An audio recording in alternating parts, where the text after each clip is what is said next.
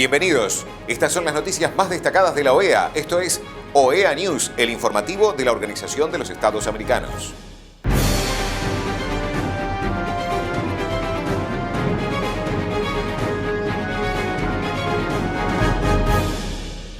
Es momento de compartir los títulos de las noticias más importantes que vamos a estar brindando a ustedes. OEA recibe informe de la CIDH sobre violación de los derechos humanos en Venezuela en contexto electoral. El comité directivo de la CIM celebró su quinta reunión ordinaria. Principales retos que afronta la región en la prevención del financiamiento de la proliferación de armas. Testimonio de Yesenia Lizama, facilitadora judicial del municipio de Apaneca, El Salvador. El Consejo Permanente de la Organización de los Estados Americanos celebró una sesión ordinaria el viernes 24 de enero en el Salón Simón Bolívar de la sede de la OEA en Washington, D.C., para recibir la presentación de la Comisión Interamericana de Derechos Humanos, CIDH, del informe Venezuela, graves violaciones a los derechos humanos en el contexto electoral. Saludamos muy especialmente la profesionalidad del informe presentado por la CIDH. Está hecho con absoluta meticulosidad técnica y rigor en la investigación. No es un informe aislado, además, es absolutamente coherente y consistente con todos los informes elaborados por el Sistema Interamericano de Derechos Humanos y el Sistema Universal de Derechos Humanos, ya sea la Oficina del Alta Comisionado y el grupo de expertos que ha estudiado el tema de los derechos humanos en Venezuela. Este informe es absolutamente coherente, consistente y absolutamente profesional y, como señalé, se añade a las violaciones de derechos humanos que han sido documentadas en informes anteriores del Sistema Interamericano y del Sistema Universal. No me voy a referir específicamente a la elección, ya estuvo aquí presente el Centro Carter, que mostró las actas para conocimiento de ustedes y señaló claramente quién había sido el ganador de la elección. En ese momento nadie rebatió eso, por lo tanto, esa es una cuestión de la que el Consejo Permanente tomó nota al respecto. Sí, el impacto que tiene el gobierno de facto de Nicolás Maduro en crímenes de lesa humanidad, en terrorismo de Estado, en la tortura, en los presos políticos, que aparecen reflejados en este informe de la CIDH, en informes anteriores y en informes del Sistema de Naciones Unidas. Esos crímenes siguen ocurriendo con impunidad, con la impunidad que los dictadores atribuyen a sí mismos. El día en que el pueblo venezolano debía empezar una nueva etapa, definitivamente no fue así. Algo que la comunidad internacional, en uno de esos 16 procesos de diálogo que van en Venezuela, entendía como la posibilidad de una apertura. Y ocurrió lo mismo que con los otros 15 procesos de diálogo anteriores. La dictadura se burló de ellos y no cumplió ninguno de los acuerdos. Se rió de sus interlocutores y no cumplió nada de lo acordado. Tenemos una responsabilidad desde el sistema interamericano, desde la protección de la democracia y desde la protección de los derechos humanos. Es memoria, verdad, justicia y no repetición. Es la solidaridad con las víctimas y con los familiares de las víctimas. Yo voy a leer para ustedes los crímenes que se repiten, los crímenes que fueron reseñados en nuestro informe de la Secretaría General de la Organización de los Estados Americanos y el panel de expertos independientes sobre la posible comisión de crímenes de lesa humanidad en Venezuela. Porque tenemos que responder a las víctimas desde acá y desde nuestra responsabilidad política y ética. Tenemos que responder a las víctimas de las incidencias de torturas documentadas por todas las entidades e instituciones internacionales, desde Amnesty y Human Rights Watch hasta las internas de Venezuela como el Foro Penal. el Instituto Caslo. Tenemos que mostrar solidaridad con los presos políticos. Tenemos que mostrar solidaridad con las personas desaparecidas, con sus familiares, con las víctimas. Tenemos que demostrar solidaridad ante la arbitrariedad de las detenciones. Tenemos que mostrar solidaridad en algo que pasó en varios de nuestros países, la presentación de civiles ante tribunales militares.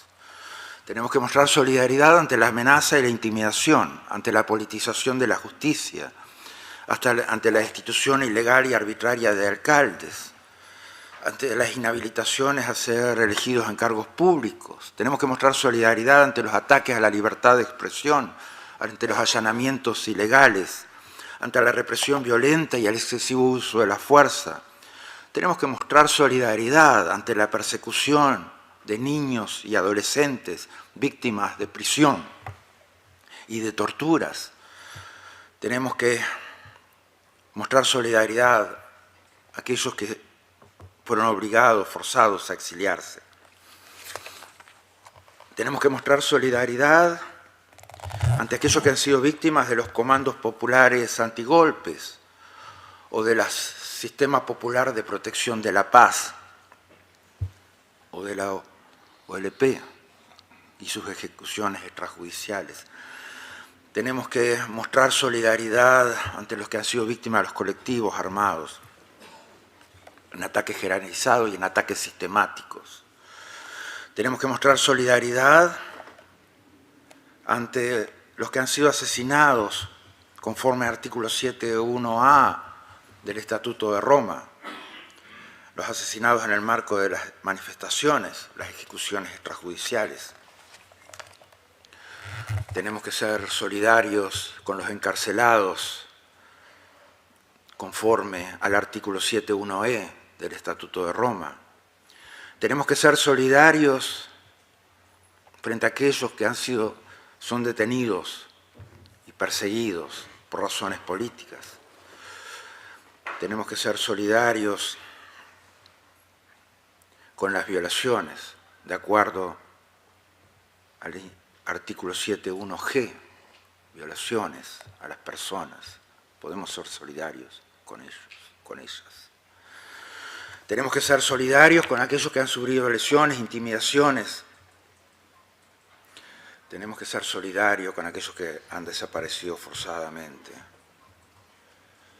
Tenemos que ser solidarios como imperativo ético y como trabajo de nosotros en respeto, promoción de los derechos humanos y de la democracia, para que haya memoria, para que haya verdad, para que haya justicia, para que haya nunca más.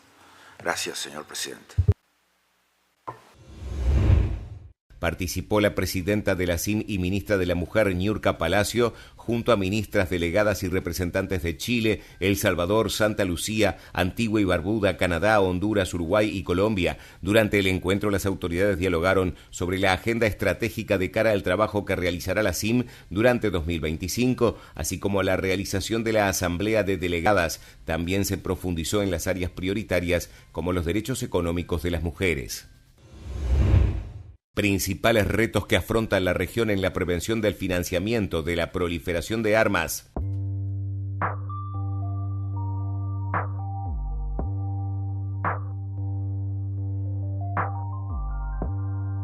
Es importante que los países conozcan sus riesgos y las tipologías más utilizadas en operaciones de financiamiento de la proliferación. En este sentido, los proliferadores aprovechan las debilidades de los sistemas de países que aún pueden estar alejados geográficamente a través de transacciones bancarias que pueden atravesar terceros países. Por eso es importante prestar atención a las operaciones comerciales internacionales, a la interposición de intermediarios y la utilización de empresas fantasma y los riesgos que representan los criptoactivos. Tanto el sector público como el sector privado debe estar capacitado y contar con sistemas de prevención y control eficaces y adecuados, y en este sentido la resolución 1540 y los tratados y convenios internacionales y los estándares del Gafi son los que ofrecen regulaciones que los estados deben cumplir para poder tener sistemas eficaces de prevención de este tipo de operaciones. Testimonio de Yesenia Lizama, facilitadora judicial del municipio de Apaneca, El Salvador.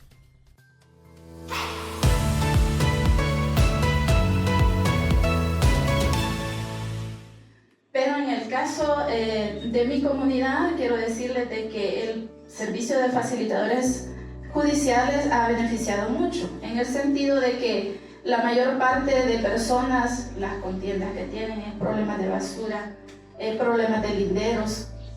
Recientemente en una comunidad pues sí tuvimos un caso quizás un poquito grave en relación de que un vecino mantenía un perro de raza pitbull y lastimosamente se le soltó y una niña estaba jugando en la calle y el perro la atacó. Y a mí me conmovió mucho porque la niña tenía 4 años y cuando el padre de la niña escuchó que el perro estaba luchándose con la niña, pues como todo padre, ¿verdad? Se abalanzó sobre el perro y se luchó con él y el perro terminó lastimando a la niña y lastimando al papá. Es conmovedor para mí. Se siente uno agradecido cuando las personas me dicen, mire, licenciada, yo no tengo cómo pagarle, pero le agradezco la asesoría que usted me ha brindado. Le hemos dado seguimiento a través de la Fiscalía, a través de Medicina Legal, con la policía, a través del juzgado. Yo he llevado, ya voy para 2 meses, dándole seguimiento al caso de la niña. Y la gente se siente agradecida, porque como decía el compañero, la gente todavía tiene el temor de llegar al juzgado y decir o reclamar que se haga justicia. Sin embargo, ya con las orientaciones que uno les da, ya ellos sienten cierto fortalecimiento de decir, me van a escuchar, me van a atender. Gracias a Dios, en la Fiscalía, los padres de la niña los atendieron bien. Medicina Legal ha coincidido con el dictamen dado por el hospital. La niña, gracias a Dios, ya está yendo a la escuela, perdió 1 mes y medio de clase. Y son situaciones que a lo mejor no llegan a las autoridades, ¿verdad? Este caso ya quizás es el tercero que vemos a nivel nacional de perros que atacan a personas y nos hace falta más conocimiento de la ley. Yo quiero decirles a las autoridades locales que nos abran las puertas, porque es bien triste llegar al despacho del señor alcalde y tal vez que nos diga que no tiene tiempo para atendernos, o llegar a la policía y decirnos eso no es competencia nuestra, porque nos hemos tocado, yo ya me he topado con eso en Zapatitán, que solo brindan acompañamiento y las entendemos, hay situaciones que no están bajo el alcance de ellos, pero que nos abran las puertas como facilitadores judiciales. ¿Quiénes mejores que nosotros que conocemos a nuestra gente y nuestra comunidad? A veces la gente no toca a las autoridades locales por el mismo temor, porque tal vez se toma mucho la cuestión política y dicen, no llego porque yo apoyo aquí partido y quien está en la alcaldía pues es de otro, y dejamos el lado humano de lado, y eso no tendría que ser así. Tenemos que ser personas con más sentido humano, y el facilitador judicial eso es lo que hace. Somos sensibles. A mí, por ejemplo, me tocó en época de pandemia gestionar ambulancias, gestionar alimentos para personas que eran discriminadas porque nadie les quería ni siquiera comprar el pan. Me han tocado asistir personas que se ha caído un muro y nadie quiere llegar a ayudarles. Gran parte de nuestra vivencia creo que ha fortalecido también al servicio, porque se nos gestionó capa, botas, equipos, ¿verdad?, que nos ayudan a nosotros a realizar una mejor atención para nuestras comunidades. En Zapatitán, anteriormente dábamos capacitaciones a líderes, a lideresas, coordinábamos con instituciones como la Asamblea Legislativa, la Red de Atención Compartida, que ya ahora también por lo de la pandemia se ha ido un poco haciendo grupos más pequeños, cuando hay tantas necesidades en los municipios, en las comunidades. Estas han sido las noticias más relevantes de la OEA, la Organización de los Estados Americanos. Esto ha sido OEA News. Nos reencontramos en la próxima jornada.